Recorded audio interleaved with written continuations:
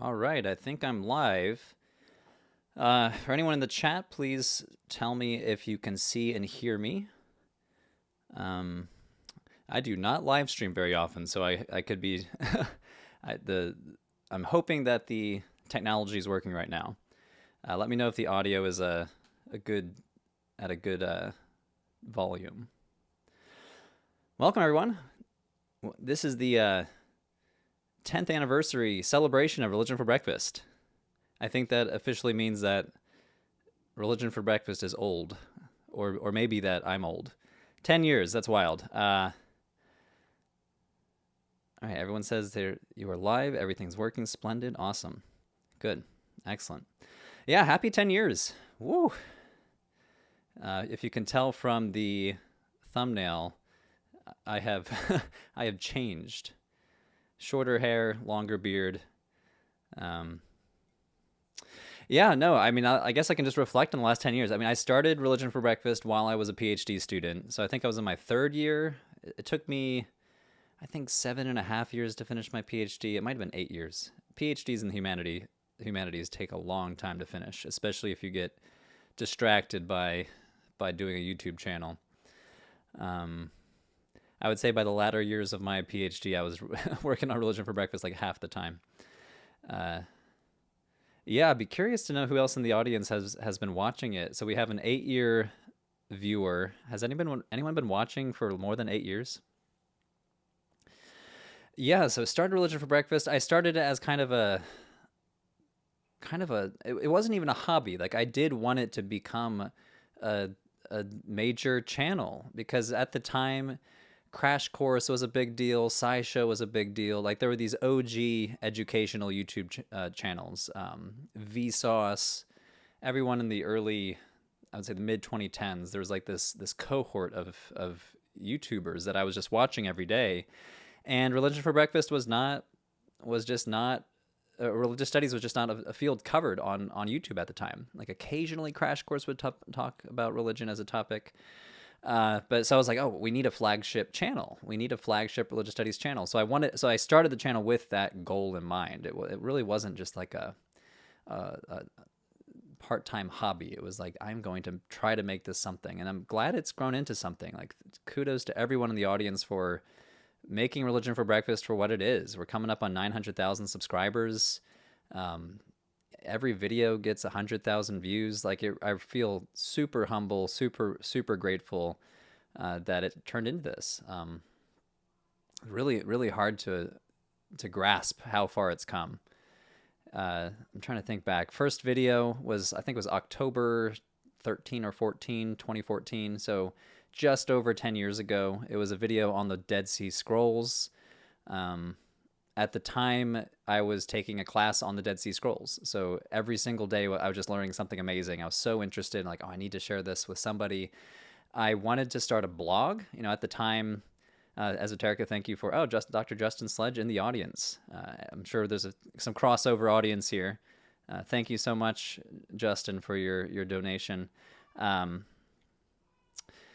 what was I saying? So it really grew out of my coursework. So for those of you that don't know, in a PhD program, you start with a few years of coursework, really intense classes, and then you transition into exams. So you read a bunch, and then you do written exams, and I had to take a few language exams, and then you transition into your dissertation. But the coursework was fun. Like I had a class on the Dead Sea Scrolls, and that's like the entire class was just the Dead Sea Scrolls, and I had an entire class just on Sufism.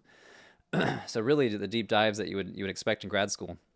So all this to say, learning new stuff every single day was just so exciting. I needed an outlet, and I was going to do a blog. Religion for Breakfast started as a blog. It was religionforbreakfast.com. It was a WordPress blog. I was writing like 800-word blog posts, and nobody was reading them. I would get like three readers, and two of them were my parents. So I was like, I need to go back to the drawing board. So I at the time was watching so much YouTube. I was watching so much Crash Course, so much SciShow, and I was like, you know what? I'm going to try a YouTube channel. I have the camera. Let's give it a try. And yeah, so that's how it started. Um, yeah, Al Jawad says, I bet the demographic of your followers is wildly varied. I found the Religion for Breakfast audience is extremely diverse, religiously speaking, at least. I'm constantly surprised and uh, grateful to see Buddhists follow the channel, Christians follow the channel. I know a lot of atheists and people that are of various types of non-religious identities follow the channel. So this was kind of the goal. I really wanted a channel that was a comparative religion channel and that doesn't cater to any particular religious identity. So that was the goal from the start, and I'm glad to see that happened. What else? Yeah, so the channel started off pretty slow. I remember doing like a video every 2 months or so. It was not like I was not really committed to a regular schedule early on, but I'd say within a few years I was doing 2 videos a month. I try to average 3 videos a month now, so a lot of growth in that respect. Soft Rooter, thank you for the super chat. I just recently discovered your channel. You're doing fantastic work. Glad to have channels like yours on YouTube. And that's the amazing thing about YouTube. 900,000 subscribers almost. It's a huge number, but like it's still niche compared to some of the really big channels. It's niche compared to like mainstream media. So to be discovered just recently is cool. Like just new audiences show up all the time. As I dive into new topics, I have an ongoing atheism explained series. Episode 1 was what is atheism. Episode 2 was like how do people become atheists. Episode 3 is going to be on is Buddhism an atheistic religion? That should be coming out in 2 weeks.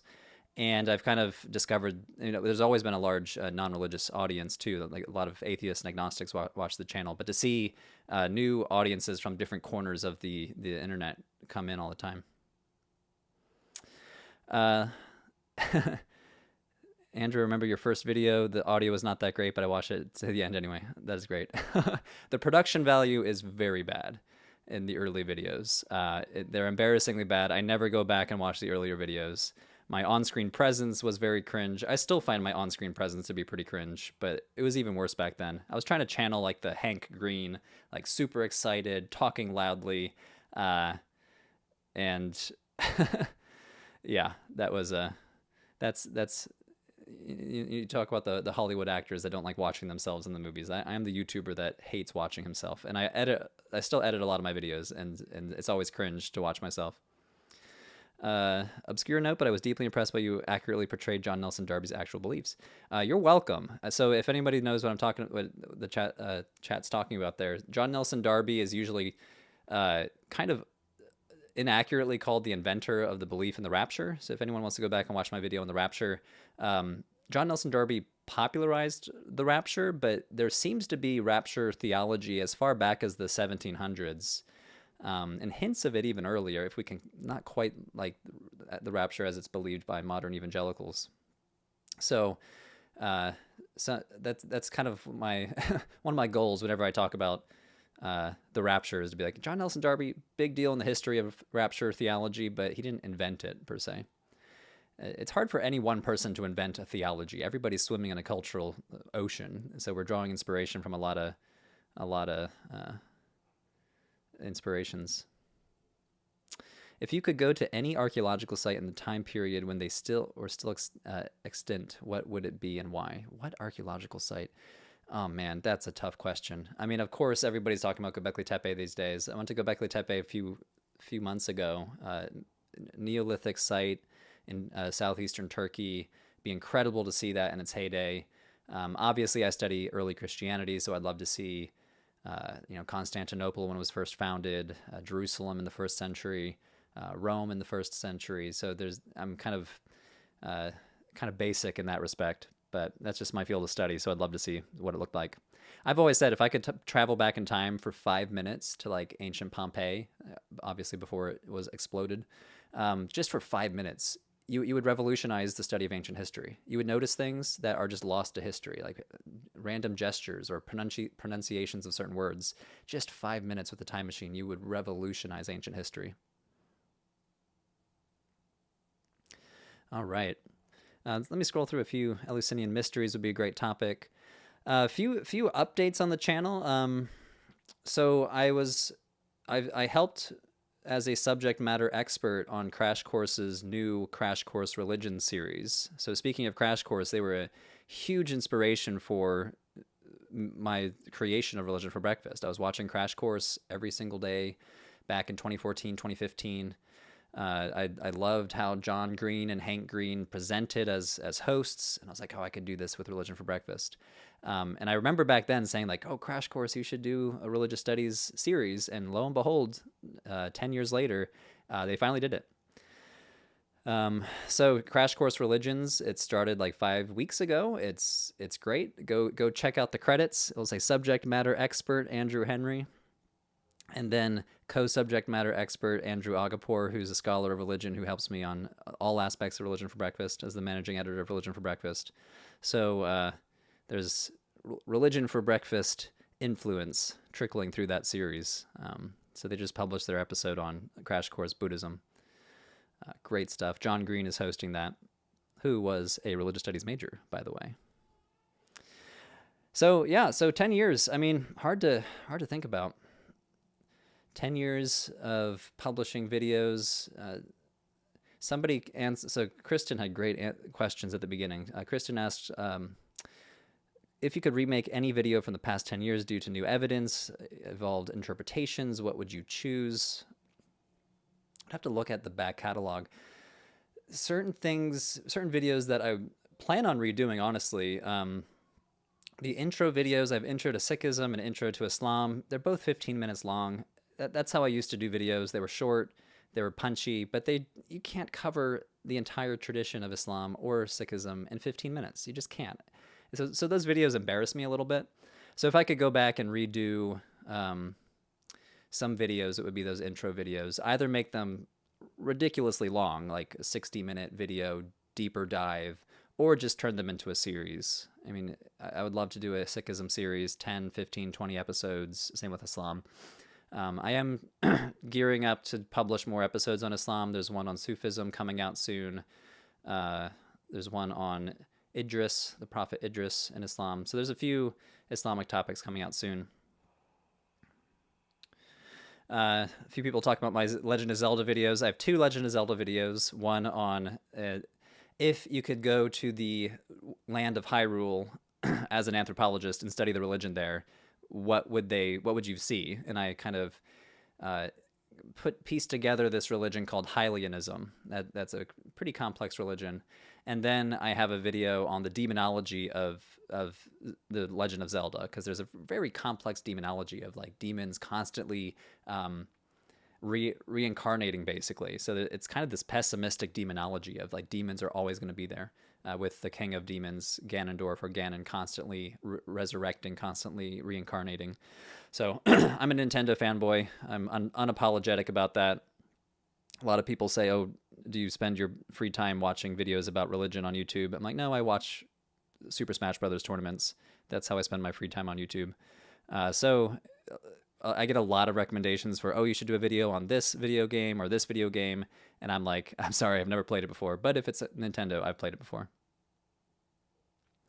Yonder asks, has he considered doing a video on Neoplatonism? I have. I've thought of doing a video on like Platonic influences on Christianity, because there's a lot of Neoplatonism in there.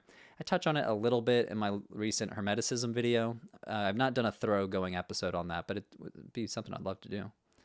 Yeah, hyped about the Sufism.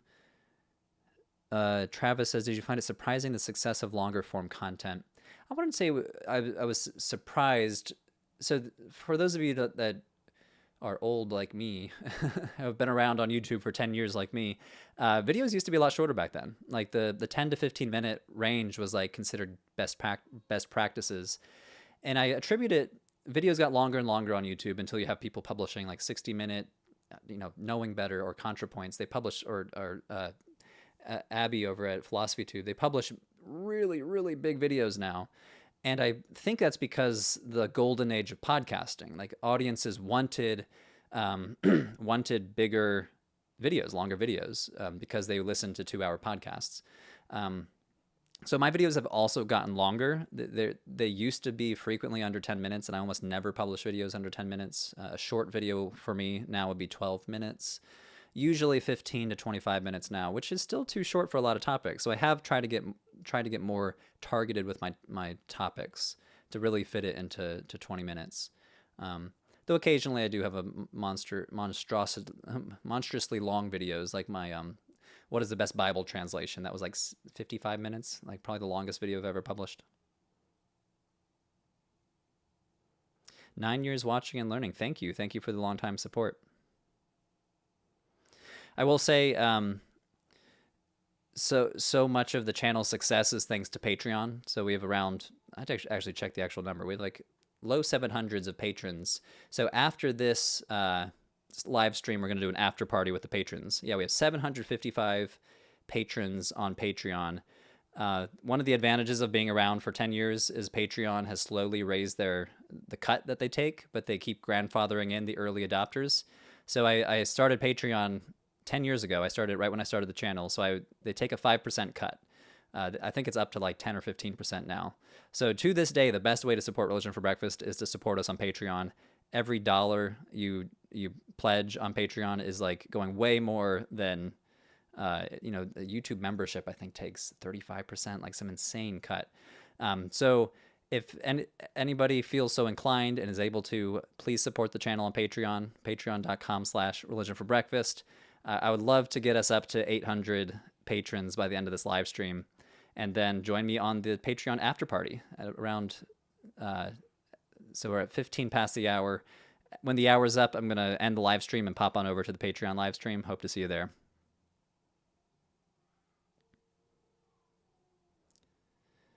Let's see here. Are you into sports? Feels like a parallel to religion. There's definitely parallels there. I mean, this is the fundamental argument that a lot of religious studies scholars say these days, especially if you're in the Durkheimian school, as I consider myself to be, that religion is not a discrete subtype of culture. Religion is in every aspect of culture, and things that we call religion pop up in things that we call secular or not religious.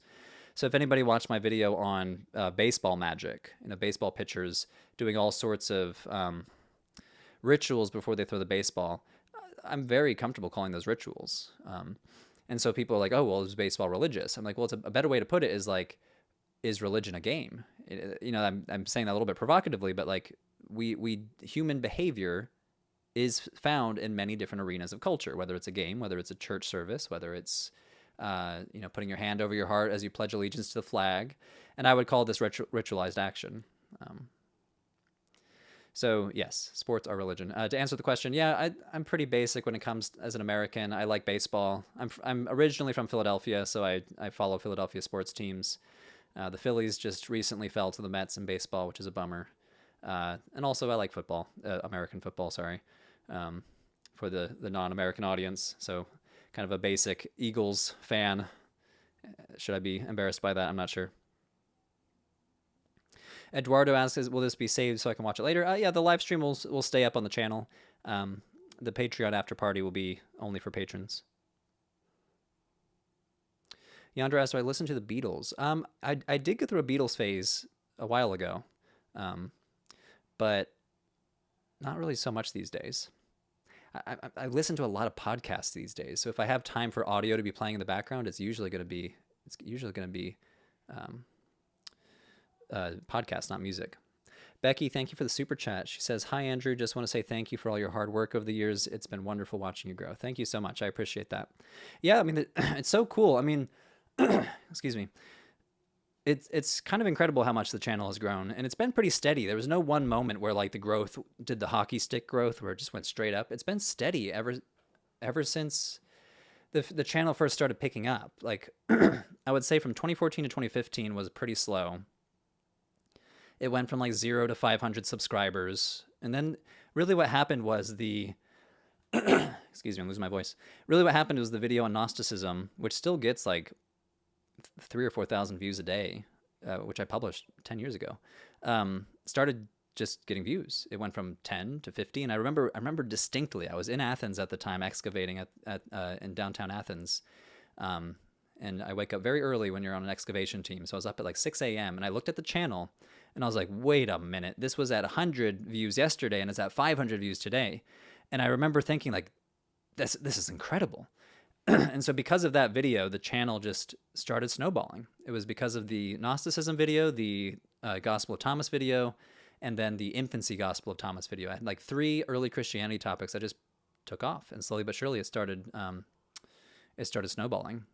And so it was like 50,000 subscribers by 2018. And I would say 2020, 2021 was like the real turning point where it like really became its own thing. And that's where I was like, could this be something I do full time? So yeah, I've been full-time YouTube since 2022. I announced it on the channel, I forget. When I finished the dissertation, I did a postdoc in Cairo, and I was technically full-time as a postdoc, working on the channel part-time, and then when the postdoc ended, I went full-time YouTube. So it's ever since that postdoc ended. Sophie's been watching for 2 years, so thank you.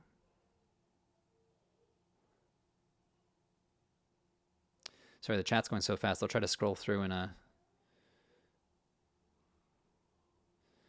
Albert Miller says, Durkheim seems a bit less snarky on religion than a few others I've looked at. Yeah, I mean, Durkheim, I mean, he was writing in the late 1800s, early 1900s. So, you know, as with any any, Victorian era scholar, they have their baggage, but he was really the first or the most influential to really argue for the fundamentally social aspect of religion, and I think his influence continues to be felt to this day. Saima asks, do a video about jinn or the Day of Judgment, the Antichrist in Islam, and the return of Jesus. I mean, all those are amazing topics. I'd love to do an episode on jinn in particular. Yeah, so the next topic on Islam coming out will be on Rumi. Then after that, Idris. Milas asks, which religious leader would you like to most have sit down chat with? I have to say Jesus. I mean, I study early Christianity, so I'd be curious to interview any of them, but I think that would, I mean, Christianity is the largest religion on earth. Like, just imagine the data you could bring to the study of Christianity if you could interview Jesus for 15 minutes. Yeah, so that would be my answer. If I could speak Galilean, Aramaic. Eric asks, any YouTube channel recommendations on early Christian church and New Testament scholarship? Many of you probably know Dr. Dan McClellan. He's a scholar of the Bible, huge on TikTok, but he's trying to make inroads on YouTube. So I definitely recommend him. He has a new book coming out too, which is awesome. David Litwa studies all sorts of things, a lot of Gnosticism, Hermeticism. I think his channel is just David Litwa. That's Litwa. Yeah, off the top of my head, those are some great channels. Bob Cargill, that's Cargill, at the University of Iowa, has a really cool channel where he does a lot of Hebrew Bible, but some Christianity stuff too. Sorry, I'm losing my voice. I usually don't talk this much. Victor says, congrats on the 10 years. How do you decide topics for your videos? Do you have a list, or you decide more depending on your mood? I do have a list. I have a huge backlog, actually. So, like, the New Age video I published recently, I had that on the back burner for probably 2 years. It was just sitting there. The script was written, and I was just kind of intimidated by the size of it. That was one of my longer videos. And I finally got around to it. So I have a huge backlog. I have a video on Chinese popular religion that needs to be published. I have one on Shi Wang Mu, I think that's her name, the goddess in Chinese religion. Tengrism is on the back burner. So I have a lot of videos that are like half made. What ends up happening is I like start writing the script, get stuck, then put it on the back burner. So a lot of times what comes out is like the topics that kind of come together quickly. Sometimes it's somewhat driven by the news cycle. So like there's the new Zelda video game coming out. So I did a video on Zelda. I'm trying to think of another news peg. You know, holidays, Diwali. Last year I did a video on Diwali. So sometimes news cycle, sometimes what I'm into. Yeah, a few occult topics. So interesting, people are mentioning the Key of Solomon. So I'm doing a video on grimoires that's coming out next week. It's just on grimoires in general, like what is a grimoire, and also why is a grimoire? Like what's the impulse to make a a book or an instruction manual of literary magic. So that's coming together pretty quickly. Road to Scratch says, "Hey Andrew, been watching for at least 7 years. Thank you so much for so many years of fantastic work. Congratulations." Thank you. Thank you so much for your longtime support. And we have a few new patrons signing up. Thank you, Donald, for supporting the channel on Patreon. It means we're up to 756 patrons. If anybody would like to support the channel on Patreon, that's the best way to do it. So talk about early history of Religion for Breakfast. Started 10 years ago. Within the first year, I had 7 patrons on Patreon. 7. And total, that was about $50 a month. And those 7 patrons were the only 7 patrons for like the first 2 years. I wish I remembered their names. I don't even know if they still support the channel. I should actually message the Patreon audience and ask, are any of you still around? Those 7 patrons were like the lifeblood of Religion for Breakfast for the first 2 years.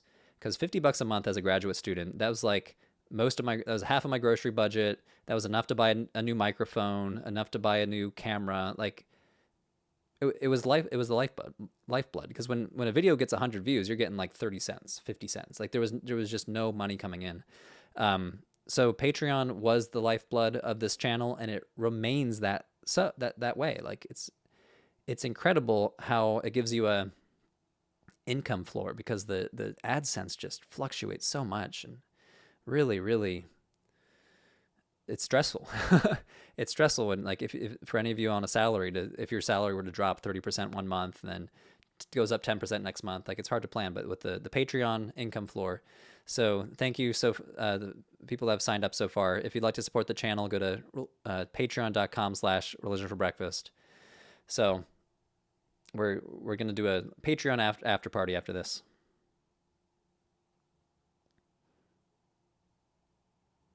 Yeah, Red Octopus says, "Did the How Religious Is Blank series get canceled?" No, I just got really caught up with other topics. So I have an episode on How Religious Is Iceland, and that is and was going to be a first episode into How Religious Is Blank, and kind of do a countries series. I was watching Geography Now a lot back in the day. Ironically, Barb's over at Geography Now just finished that whole series of A through Z countries. And I did a Patreon vote after that episode. So How Religious Is Iceland? And then I said, do you want me to do Japan or Mexico next? And then Mexico won that poll. And then the episode is written, so I just need to film it. And I have not gotten around to it, because I looked at the script and like, this needs more work, and I have not got around to fixing it. So short answer is it's not canceled. Long answer is it's in production limbo.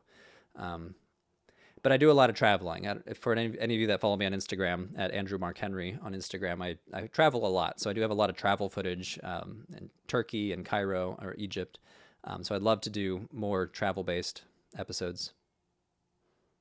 Louis Greer, thank you so much for the super chat. Many congratulations on your 10-year anniversary. Found your channel last year and going through your back catalog. All the best from the future. Best wishes from Northern Ireland. Great. I was in Belfast last year.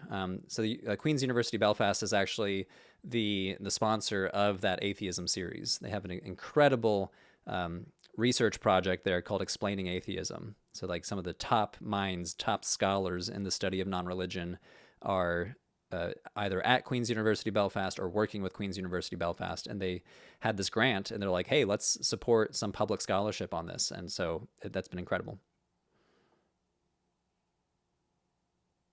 Are YouTubers a religion? That's such a great question. I would say fandoms in general exhibit human behaviors that have analogs in religions classically defined.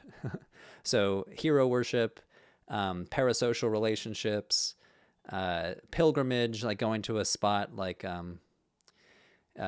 going to the original house of Luke Skywalker out in the desert of Tunisia. That's a pilgrimage. That is religious.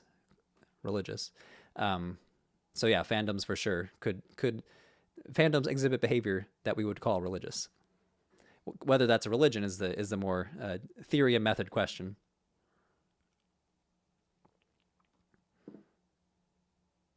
Oh man, Eric asked a great question about the proposed sovereign state of the Bektashi order.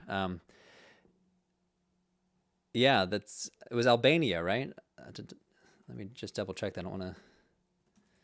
I think it was Albania. Yeah, Albania. They're going to carve out like a Vatican for this. I think it's the Sufi order, the Bektashi order. I think that's such a cool idea. I mean, it's interesting just from a geopolitical perspective. I plan on doing a video on that.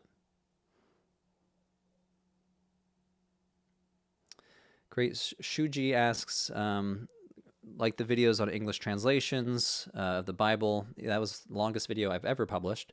Which English translation do you find most poetic? I mean, I would say the King James Version. Like, you can't beat the poetry of the King James Version. Most of the translations that I like are a little stilted. I mean, the NRSV, which is what I use in my research and on the channel, is pretty. It's not. I wouldn't call it elegant language.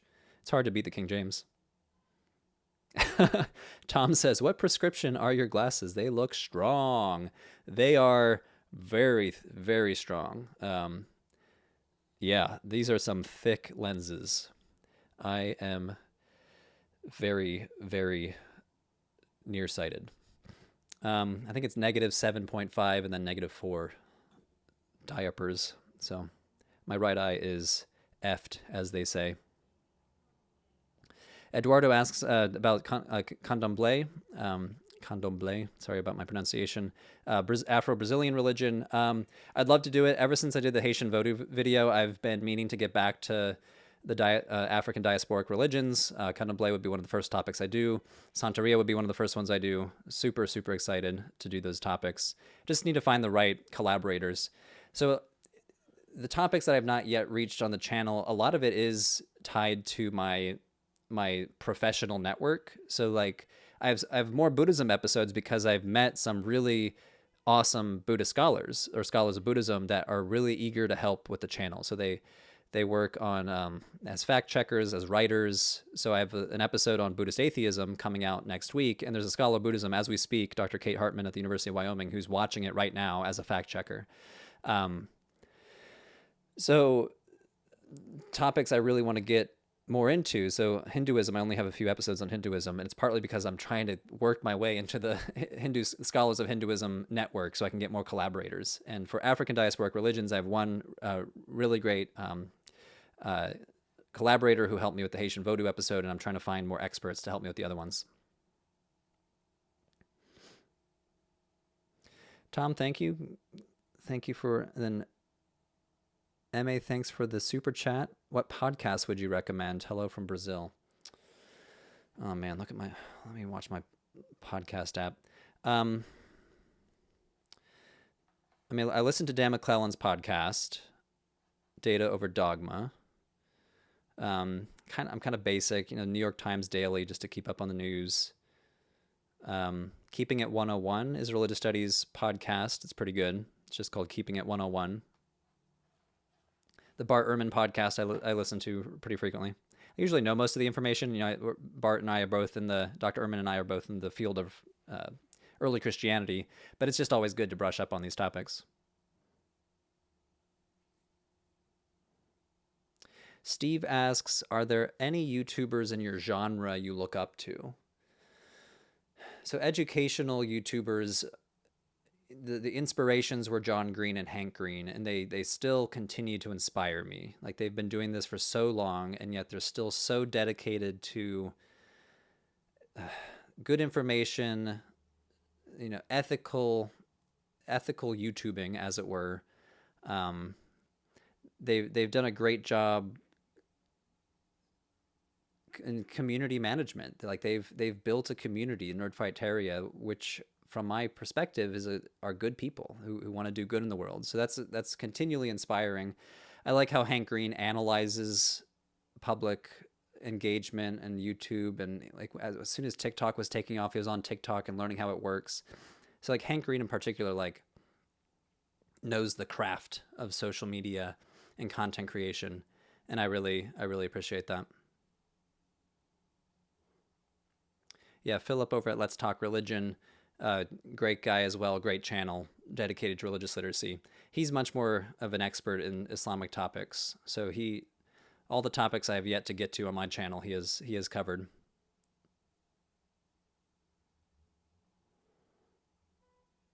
This is a good question about digging into pre-Christianity in the Balkans, like Thracian beliefs. I mean, that would be cool. Yeah, I haven't looked into it, but I mean, that'd be a lot of the pre-Christian European beliefs. I think would be fascinating. I'd love to do like pre-Christian Irish beliefs, um, Celtic beliefs in general.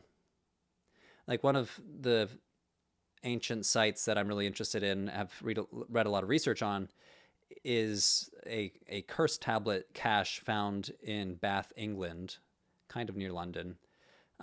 Ancient Romans would write curses on lead tablets. I curse so and so for stealing my hoodie, and then they would, literally, there's a lot of curses cursing like stolen goods, and they would throw it into a well or like a spring, or bury it as a curse against somebody.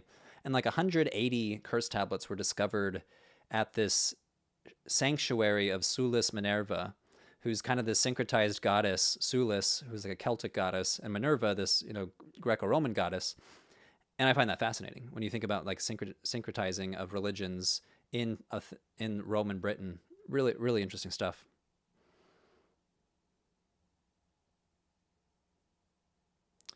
Hayden, one of the mods from the Academic Biblical subreddit, which I read a lot. It's one of the better sources of information on the internet, the Academic Bible subreddit, partially because it has such a good mod team. So kudos to the mod team. Really stays on topic of biblical studies, backed up by scholarship. Would love to do an AMA. So just reach out to me. What's the best way to reach out to me? I'm on Reddit, so you can find me and maybe message me on Reddit. But yeah, that'd be great. Liam asks, what drew you to the study of religion in general? I started as like ancient history major. Like I was into Roman history in particular, and then I was interested in late Roman religion in particular. And when you study late Roman history, you can't help but also study religion, because you're talking about Constantine, you're talking about the rise of Christianity, you're talking about traditional Greco-Roman religions and how they contended with the rise of Christianity. So as I was studying late Roman religion in college, late Roman history in college, I got more interested in religion as a topic. So then I applied to a bunch of PhD programs. I think I applied to like 10 or 12. 80% of them were history programs, and I applied to 2 religious studies programs. And I got into one of the religious studies programs, Boston University, and I was like, well, I thought I was going to get my PhD in history, but what is this thing called religious studies? So I kind of stumbled into religious studies sideways from classical studies, ancient history. And then I fell in love with the topic because of the theory and method courses I took in grad school. So in grad school, you took courses on, like, what do we mean by religion? What do we mean by ritual? What is meant when someone calls something sacred or profane? So this side of my bookshelf is like mostly theory and method books, like Max Weber, Durkheim, Roy Rappaport, who like defines religion as like almost like a computer with adding more information as an information processing system, where you add more information into society. Every time you do a ritual, you're like showing the person, like an initiation ritual where you go from teenager to adult. You're now sending social information into the world. I am now an adult. And the ritual is a information processing system. So like those sorts of things just blew my mind, because historians, no offense to historians, no offense to history majors, those sorts of theory and method topics do not come up. I did not encounter those sorts of discussions in my history major, but in graduate school, I did, and I fell in love with it. We have a few new patrons. Wow, look at this. 1, 2, 3. We have 5 or 6 new patrons. Thank you so much for joining. Again, I'd love for us to get. We have like 20 more patrons to go to try to get to 800. So thank you so much. After this live stream ends on the hour, I'm going to do a second live stream with the Patreon audience. So would love to see you there if you want to support the channel. A few people are asking about interviews. Yeah, I have a second channel that's just my name, Andrew Mark Henry. I don't post there a lot. I'd like to do more interviews, but I do have a few interviews over there.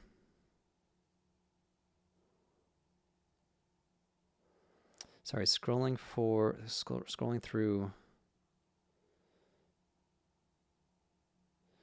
questions. People ask if I have any cats. I do not have any cats. I grew up with a dog. Her name was Daisy. Um, Thank you for the super chat. Sorry, scrolling through. Dr. Faustus asks, which languages can you speak or read? Just read Latin and Greek, Coptic a little more roughly. When you study ancient history, you don't really learn to speak languages unless you're like doing a lot of international travel. Like I found that a lot of the archaeologists I work with usually pick up the language of where they excavate. So if they excavate in Egypt, they pick up Arabic. If they excavate in Turkey, they pick up Turkish. So yeah, just the reading languages. What is the best book on my shelf? So mostly theory and method over here, mostly primary sources over here. This is not all my books. I travel a lot, so a lot of my books are actually back in my parents' basement ever since I finished my PhD. I'm waiting for a more settled time of my life where I can bring all my books together. But I travel mostly with my primary source books because those are harder to find online. So because I try to be as mobile as possible, most of my books, I have a huge PDF file, ebook library on my computer.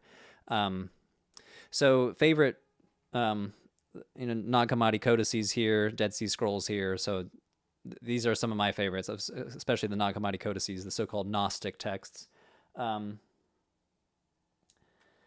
This is a multi-part series, the New Testament Apocrypha. So these are a bunch of pretty obscure early Christianity texts.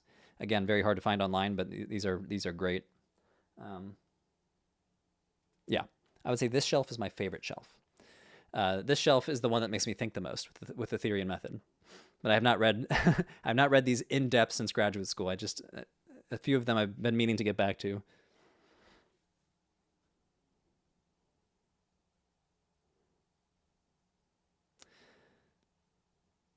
Let's see. Have I been to Göbekli Tepe? I have. I went there just a few months ago in January. Göbekli Tepe is an amazing site. Pre-pottery Neolithic site. It's like 10,000 years old, give or take. I think 8,500 BCE. It's surprisingly small. Like the pillars are huge, but the site itself, you can walk around it in just a few minutes. And it makes sense. Like it's like if you go to like a Roman site like Ephesus, it's huge. But like these were pre-pottery Neolithic people living in an impressively monumental settlement, but it's still Neolithic settlement, so it's kind of compact, which is pretty interesting. And you look at the dwelling spaces; they're kind of like really close to each other. So talking about going back in time and seeing what an ancient site would have looked like in antiquity, I'd love to just see like how compact. What were they like living cheek to jowl on top of each other with their I guess they didn't have domesticated animals, but like incredible place to try to like envision what it was like to live there. And again, with those circular enclosures, like were they houses, were they sacred sites? I just would be curious to know how those sites were used.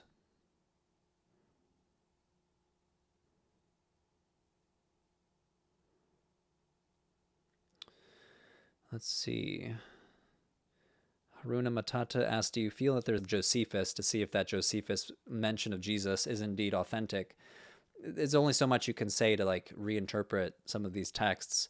I think the most exciting things happening in this field are archaeological, where we discover a new inscription.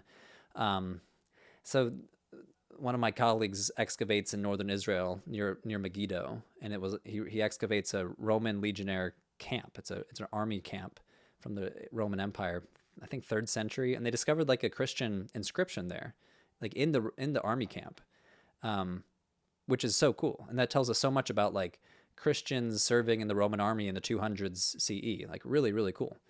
So that sort of stuff every single summer, most American archaeologists at least excavate during the summer, and then they go publish their findings. So every single summer, new things are happening. And that's why I find archaeology and material studies a little more interesting than textual research in my field. But my own dissertation research was not like I was analyzing artifacts that were found and published on decades ago. So it's not like I was on the cutting edge either. So a lot of scholars do look at older data and reinterpret it, which is a necessary part of scholarship.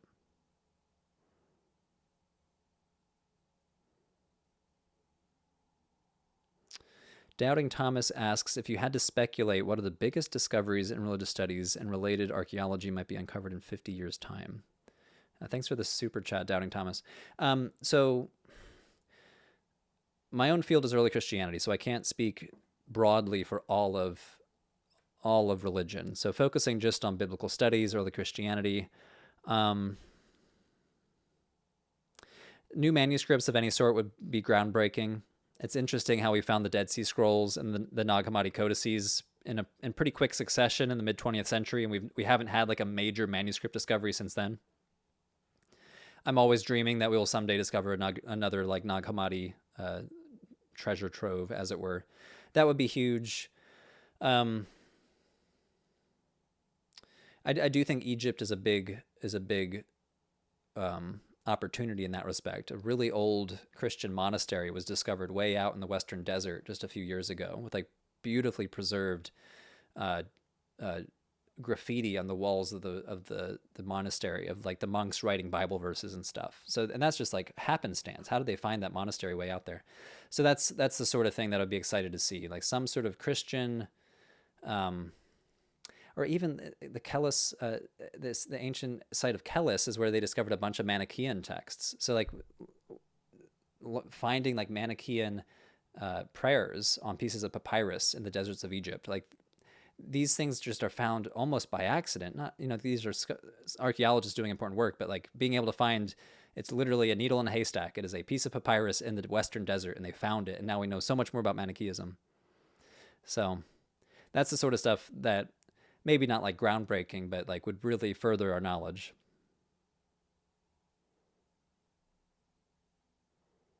Yeah, Rosetta Stone, but for other ancient languages, that would be incredible. Let's see. Yeah, random memory from your older videos when you describe Gnostics as heretics, and I didn't get an F, but I did get red lines where the professor, this was like my first semester at grad school, because we don't talk about these sorts of things as a history major, but in a religious studies department, you're like, well, what does heretic mean? That's an insider's term. That's not an academic term. That's not a generic anthropological term. So we have to be critical of our own categories when we call something a heresy. So that whole class was called the Varieties of Early Christianity. So Dr. Frankfurter, he was my dissertation advisor. He was like, no, we have to use the word varieties of early Christianity, because to say heretic, you're bringing a value judgment into this field. So that sort of thing. That's so great.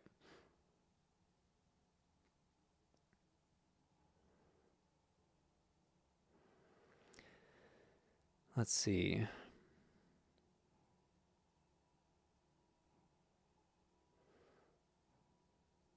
Sorry, just scrolling through some of the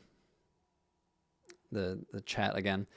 Just a reminder, I mentioned earlier in the chat, but I'm helping with producing the Crash Course Religion series over on the Crash Course YouTube channel, as a subject matter expert. So if anybody of you want an extra dose of religious studies in your YouTube diet, Crash Course is publishing a multi-part series on religion. They've had some excellent topics like what's the difference between magic and religion, and what is a cult versus a religion, what is religion. It's a academically sharp series, because several academics of religion helped to make it, including myself. So super proud of what we're doing over at Crash Course, and kind of poetic. Like Crash Course inspired me to start Religion for Breakfast 10 years ago, and here I am 10 years later helping to make it. Like I'm just like over the moon grateful for this opportunity.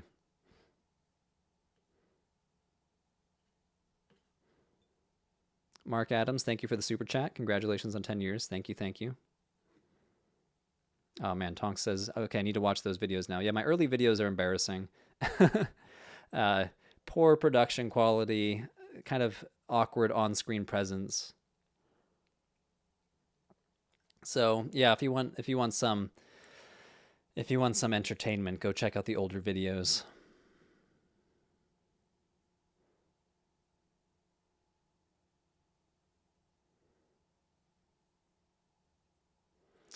Array says, do you plan on making videos on Turkic mythology or Tengrism? Yes, on Tengrism. That script is half written. There's really not a lot of data and not a lot of scholarship on the topic. This is the sky god Tengri from the Asian steppes, kind of a Turkic peoples, presumably worshipped Tengri. So the script is mostly done, but I'm kind of disappointed by the quality of research on the subject. So it's kind of I wouldn't say on the back burner because I'm very excited to get back to it, but I'm still looking for some better research. Yeah, awkward on-screen presence. I was definitely the case. Again, I'm not super proud of my on-screen presence these days either, but something about those early videos has this like panicky energy. Nico asks, what translations of the Quran would you recommend? I don't know enough about different translations. The one I have is the Study Quran. Who published this? Study Quran, New Translation and Commentary. Harper One is the publisher. Super readable. A lot of commentary. I mean, some of these pages are so like you can. I don't know if you can see here on the screen, but this is the text of the Quran. This is the text of the notes. Sometimes it's like 80% notes per page. So, as a non-expert in Islam, I really rely on this. But I would refer to a scholar of Islam to have a more expert opinion on that. This is a great question. How do you see your channel changing over the next 10 years? What do you think is the biggest change since you started? Biggest change, besides kind of boring things like production quality, I do think the production quality and editing is better. Videos are longer, but they're longer because I put in more examples. I always say, I said this to my students when I would teach writing at Boston University, that the strongest phrase you could possibly say is, for example. So when I say something, I always say, for example, boom, here's an artifact, here's a quote from a scholar, here's a quote from a primary source. So now my videos are chock full of for examples, and that makes them longer. So I feel like I've honed a second sense to when I can see that a video is kind of thin, like, oh, this is thin. It's not really meaty. It doesn't really dig into things. So like the upcoming video on grimoires, books of literary magic, I injected into that script a discussion on theory. Like, what do we mean by the magic of writing? When we say a book is magical, why is that? What does it mean to call writing magical? And so there's a whole theory and method section that I think I would have not left out, but I would not have thought of including back in the early years. So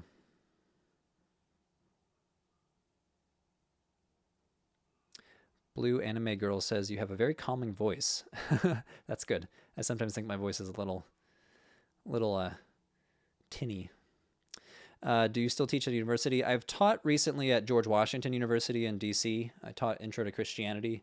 Would love to get back to it. It takes a lot of time. It takes a lot of time to teach. Like a 15-week course, 3 lectures a week. You're doing so much lecture prep. So the channel, it was hard to do both teaching and the channel, but I'd love to get back to it.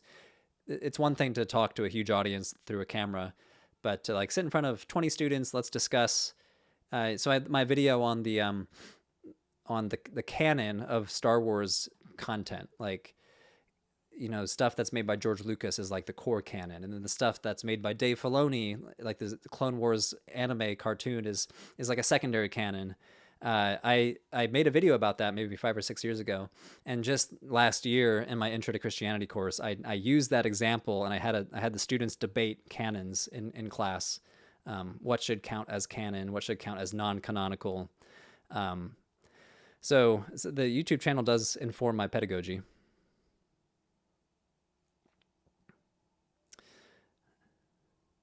Thank you. More videos on polytheism, please. Are you going to write any books? Would love to do more videos on polytheism. In terms of books, yeah, I have a few book ideas. I started writing one that then put on the back burner. The short answer is it takes a lot of work to write a book, and running the YouTube channel takes a lot of work. So I'm working on the atheism series right now. I'm working on another series on science and religion. And once those series are off my plate, I think I can dedicate more time to writing books.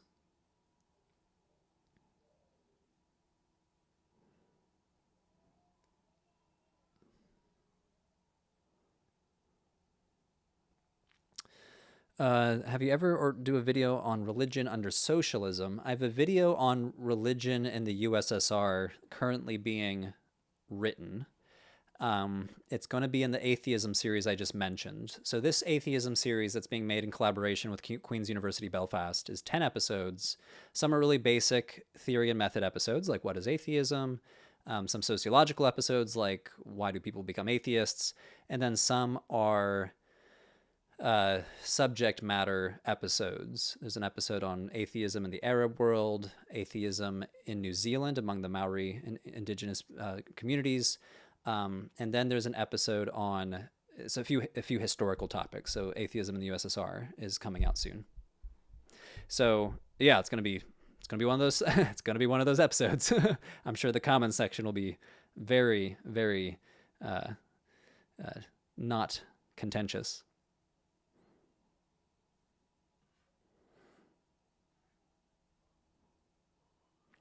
John says, how do scholars of religion know that one tradition influenced the other? I mean, that's a really deep question. I mean, we can use Haitian Vodou as an example. I mean, Haitian Vodou is syncretic. It derives from West African religions, but also was, formed in the colonial world of Roman Catholicism on the island. And so the Loa, who are like the spirits in Haitian Vodou that you can interact with, are equated to certain Roman Catholic saints. So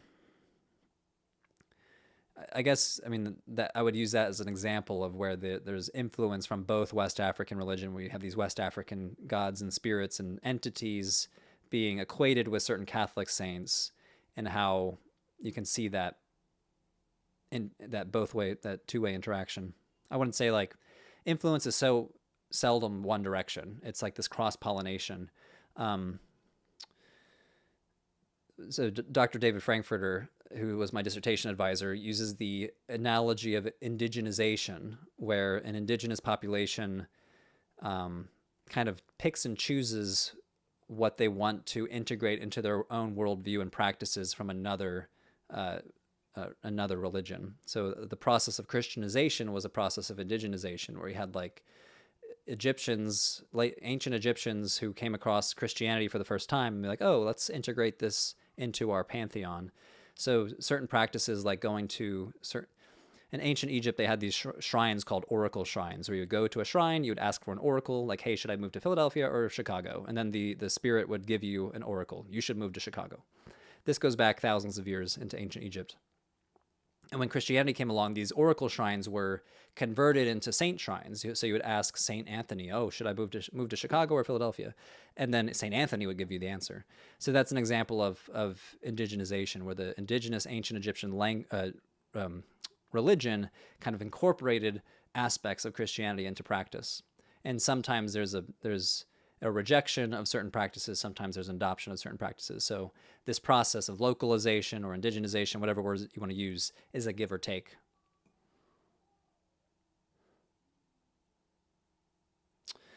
So Lal asks, so are you currently academic, research and teach? Is that why you move a lot? You're not tenured yet? So I'm not really pursuing the traditional academic route. For those of you that don't know, becoming a professor is very difficult. There'll be like 200 applicants for a single position. I've kind of opted out of that. I'm full-time with Religion for Breakfast. I do still do my own research. Like I mentioned, I'm trying to write these books. And I teach, so I'm technically a research fellow at George Washington University, where I've taught most recently. So I do have like academic affiliation, but I'm not in a more traditional academic route. So we're coming up on the hour. So soon I'm gonna end the stream, and I'm gonna transition over to the Patreon patrons after party. So if you'd like to join me over there, support us on the channel, patreon.com/religion for breakfast. I'm going to do a quick break, get myself some water, end the stream, and then restart it as a private link for patrons. So if you want to jump over to the Patreon stream, just check on the main page of Patreon. I'll put the link right there.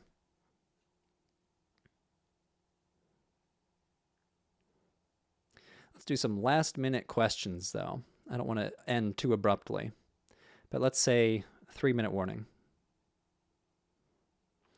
But yeah, thank you everyone. Thank you everyone for supporting the channel. Whether you showed up, whether you discovered the channel last month, or whether you've been here for the last 9 or 10 years, it's been a journey. And I don't plan on stopping. A lot of YouTubers kind of went through this burnout phase at the start of this year. Like several people announced, oh, I'm stepping back from my channel. And I was like, I can't empathize. Like I can definitely empathize. Like YouTubing is hard. I use the analogy of a hamster wheel. Like you're always thinking of trying to publish the next video. But I'm like, I want to double down. Like here's to 10 more years. Oh, this is a good question to end with. How did you come up with the name Religion for Breakfast? So let's end with this story. So this was the year, this was years before ChatGPT, but I did something that is a foreshadow of ChatGPT, where I really wanted a YouTube name that was disarming. Like religion is such an emotional topic. It raises so many emotions and sometimes vitriolic battles online. It's like, I want this to be the fun PBS Bill Nye the Science Guy, approachable religious studies YouTube channel. So it needs to be disarming. And so I was coming up with all these names. They sound so dumb.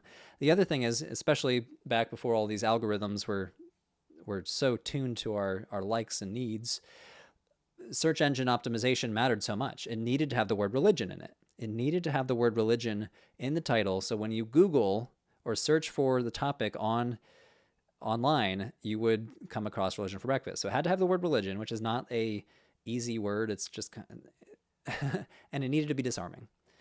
So I went to a band name generator website. You know how rock bands have ridiculous names, Blink-182, Red Jumpsuit Apparatus, like bands have crazy names sometimes, like really, really weird names.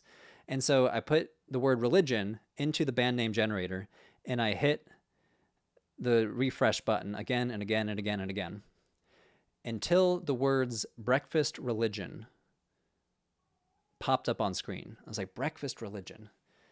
That sounds like it could be it, but it doesn't make sense. And so then my brain just kind of switched it in my head. Religion for breakfast. Boom. And that's what happened.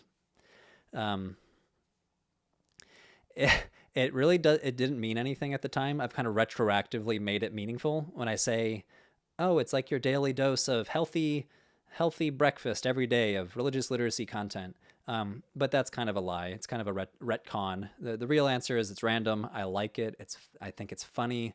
It's silly. The branding. So I'm wearing the Religion for Breakfast t-shirt.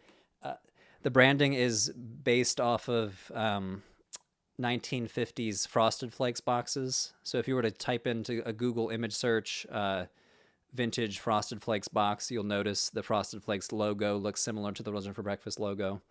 And the logo designer at the time gave me 3 options. One that looked like Captain Crunch, one that looked like Corn Flakes, and one that looked like Frosted Flakes. And I was like, the Captain Crunch one looks hilarious. It was like these fat balloon letters, Religion for Breakfast. And I was like, it's just a little too silly. So I picked the more basic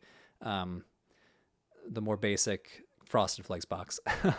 And then my little avatar, little Andrew with his little hand up, is meant to look like Tony the Tiger from the 1950s Frosted Flakes boxes. So, yep, that is the story. Yeah, and it's stuck ever since. I'm very happy with it. Well, thank you everyone for your support. Here's to 10 more years. I have no intentions of stopping with this anytime soon. We need religious literacy more than ever. So thank you everyone for supporting. And then thank you everyone who supports us on Patreon. Hope to see you over at the Patreon after party. I will start that stream in about 5 minutes. Just give me a time to quickly take a break, get a little bit of water, and I will see you hopefully in about 5 minutes. Thanks, everyone.